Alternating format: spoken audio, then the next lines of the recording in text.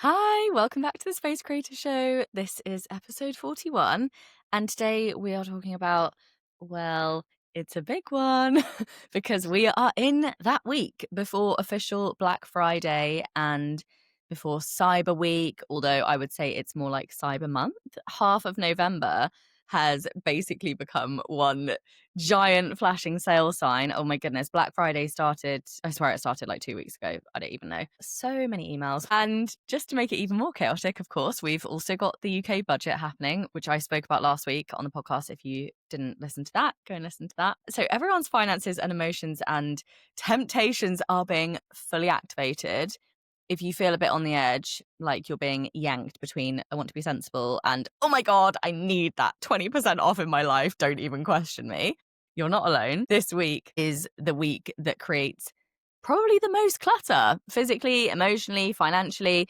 Today, we're talking about emotional spending, people pleasing guilt gifting, Black Friday traps, the psychology behind binge buying, what's actually worth buying. Oh my gosh, what UK brands quietly raise their prices beforehand, and how to give gifts without burdening anyone, plus exactly how to shop with intention.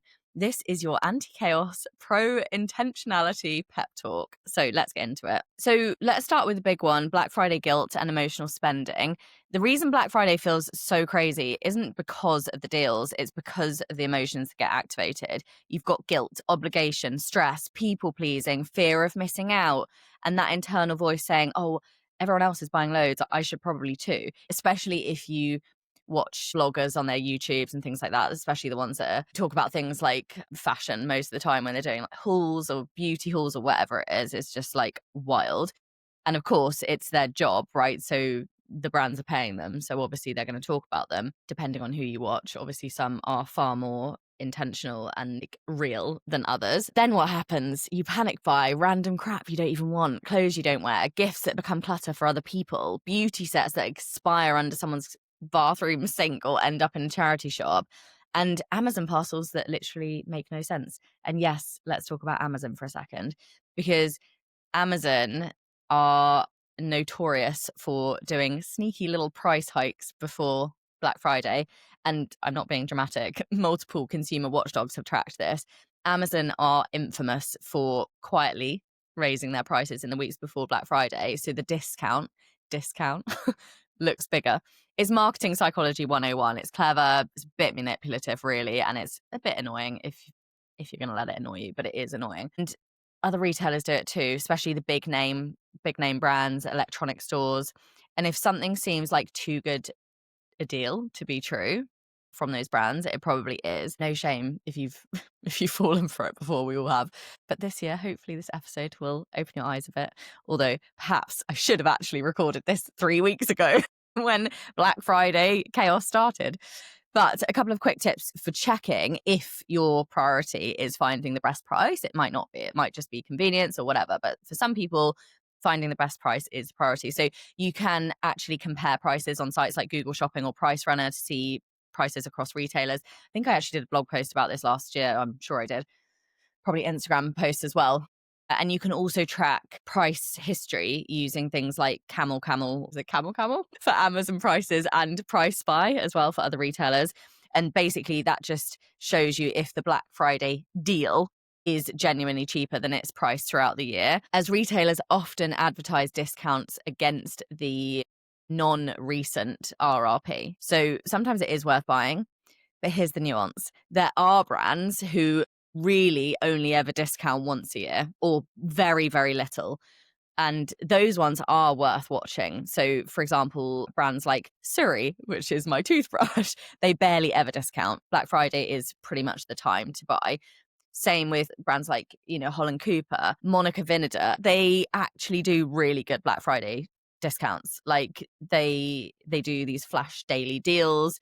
I only ever buy Monica Vinader jewelry at this time of the year. And also I am unsubscribed from their email list for the whole of the year. Other than Black Friday, I literally resubscribe just before Black Friday. I do it every year. And every year I make a list of exactly what I want.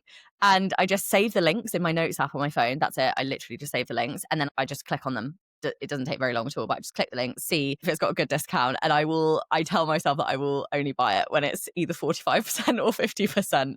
And I will literally buy it in about 4 seconds flat. I'll be honest, for someone who is pretty focused on sustainability, it's probably not that great because I do get a few orders from them. So it's obviously more packaging. However, we can't be perfect at everything. And I try very hard in most things. And I am allowed to treat myself in this way occasionally. It is one of those things. You might think, oh my God, that's completely pointless. Well, yeah, but also I'd rather get 50% off than 30%. That's the difference. Intentional shopping versus chaos shopping, right? So how to shop intentionally and avoid clutter this Black Friday. So here is what I suggest. Make your list now, if not before. Hopefully you've done it a bit before.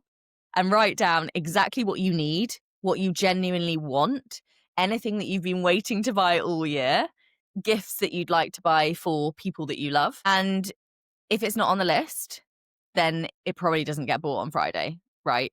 So unsubscribe also from every email that isn't one of your favorite brands.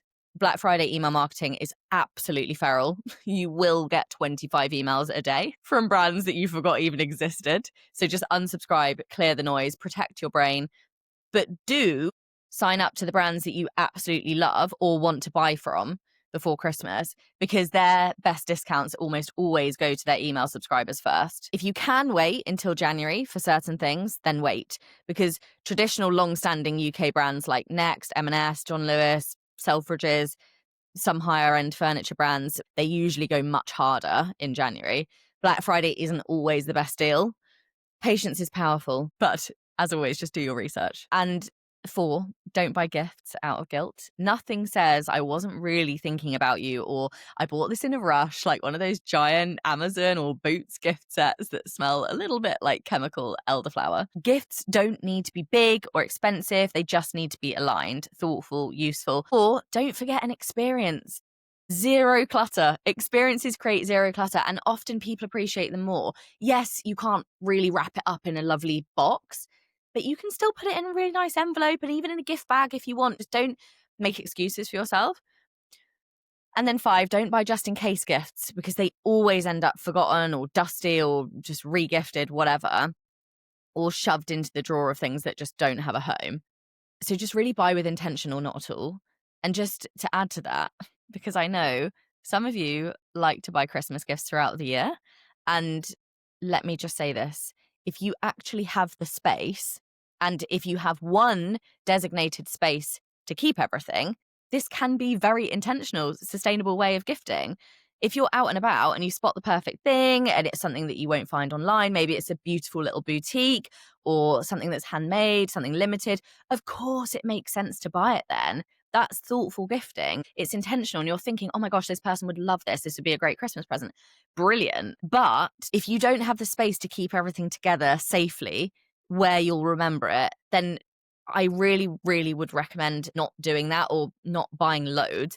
Because what happens, you forget where you've put half of it. You find random bits in the cupboard in March, and then you end up buying duplicates because you can't remember what you've already bought. My granny did this for years and years and years. She'd lose presents in the house, like genuinely forget where she'd put them. We'd all be hunting for this blooming present that she couldn't find. Then we'd find them months later in the most random places. So trust me, this is one of the dangers of I'll buy throughout the year. It only works if you're organized and you've got dedicated space. And the other thing I sometimes hear is, oh, well, you know, Amy, I have to buy throughout the year because I can't afford to buy all my Christmas gifts in one go. And honestly, if you've got no space to store it at all, something has to give. We can't just keep making excuses because it feels easier.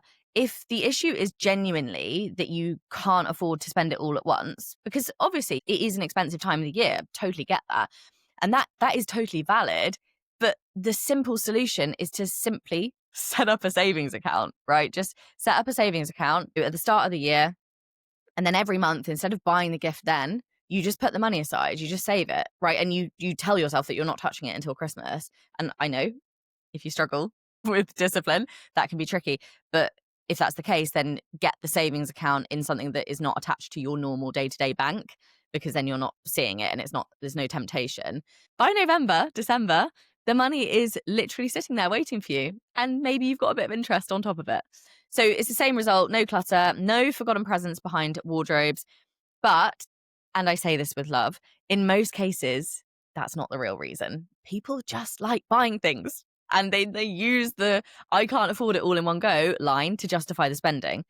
If you didn't know that savings account option existed, then fair enough, now you do. But if you did, then let's just call it what it is. You just like shopping. And that's fine. You know, you're human. We're all tempted, right? We all like a bit of a dopamine hit from shopping, right? But let's not dress it up as something else. Why this week triggers so much mental clutter.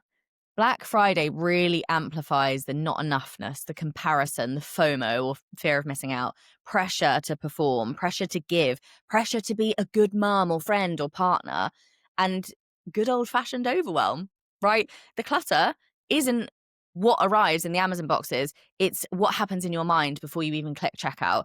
That is the clutter that drains your confidence, your energy, that keeps you stuck. And that is what I help women clear.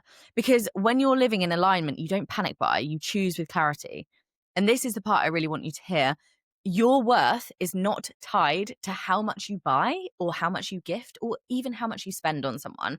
You don't need to compensate for anything. You are already enough. While we're talking about gifting, can I please just remind you to think beyond the giants this year and shop small? It's so easy, especially during Black Friday and Cyber Week, to default to the biggest retailers, Amazon. I'm sorry, I'm absolutely crucifying Amazon here, but the mega chains, the faceless brands who do not even notice you. But small, local, and online businesses, the independents, those online creators, they do a full emotional happy dance when you buy from them. Trust me, I know because I do it. But your order actually makes a difference. So if you're able to, try to shop small where you can. Think of the little shops on the high street, the businesses that genuinely care about what they sell, the ones who sell products that are made sustainably or choose their stock consciously or they hand make it. They're the ones who give us actual character and community and meaning. And if we don't support them, we are going to lose them, right? We just are. And this links back to being organized. If you're only ever buying last minute, obviously you're going to end up on Amazon because, oh my God, I need this right now. I need this tomorrow. Quick, let me order something. But organization gives you options. It gives you choice, right? If you plan ahead, if you make your list and you shop with intention, you suddenly open up far more sustainable, thoughtful choices. And that's how you avoid the panic basket, like purchases that feel convenient in the moment, but actually they add nothing to your life or the other person's. And on the topic of sustainability, which is a big one for me, apart from my little Monica Vinader shopping spree, every time I need to buy or replace something, I make an effort to choose the most eco-friendly option I can. Not perfectly, but consciously. We've all got this ingrained belief that sustainable equals more expensive. But actually, that's very often not true. Quite often, the eco option is either the same price, sometimes a bit cheaper, or yes, it can be a bit more upfront, but it lasts longer, right? Or it performs better, or it saves you money over time because you're not constantly replacing it. Cheap is so often a false economy. I cannot, I know I talk about this a lot on Instagram, but it just is. And a perfect example is, I mentioned earlier, my Surrey toothbrush. It's sustainable, unlike the big brand Oral-B plastic nightmares. The brush heads are compostable. The battery lasts over a month, which is the best thing. You don't get that janky, grossness at the bottom of the toothbrush that you do on basically all the others that sit on that horrible, near your sink or in your bathroom charger that gets all minging. You don't get that. It's even got a little clip that you can stick to your mirrors. It magnetizes. It's great. Anyway, I sound like I'm doing an ad for Siri here. I'm not working with them and I don't have a discount code. But I just love it. The battery lasts for over a month. It's crazy. And then it also comes with a little carry case as standard, and it's UV. So you can plug it in, that you can charge it and it cleans it. It's amazing. And it's pretty much the last toothbrush you will ever need to buy. They're brilliant. It's good for your teeth, the planet, and of course, good for your bank account long term, because the amount of Oral-B blimmin' toothbrushes I've bought over my time is crazy. And where do they end up? Landfill. So at least the toothbrush heads, but yeah, it all ends up in landfill. So we don't want that. And that is the kind of investment buying that actually pays you back. And this is the mindset shift, right? We're not buying cheap clutter, we're buying consciously, we're buying better and less with intention. That is how you create a home and a life that feels aligned, calm, supportive, instead of chaotic and overstuffed. And just a quick little note on something really important, because I think a lot of people simply don't realize this, but don't expect small brands, creators, independent shops to offer the same kind of gigantic discounts as the big retailers, because they physically can't. It's not because they're being awkward or stingy. It's because they simply do not have the profit margins or the volume of sales or the manufacturing scale, the corporate infrastructure, whatever, that the giants have. Amazon can knock off 70% off something because they literally buy tens of thousands at a time of things. They have automated fulfillment. They operate on like thin margins, and then they make it back somewhere else in their business. But small businesses cannot do that. In fact, Black Friday actually cripples so many small brands because they're trying to keep up. They're trying to slash prices to match the giants, or they're absorbing the losses to avoid disappointing customers.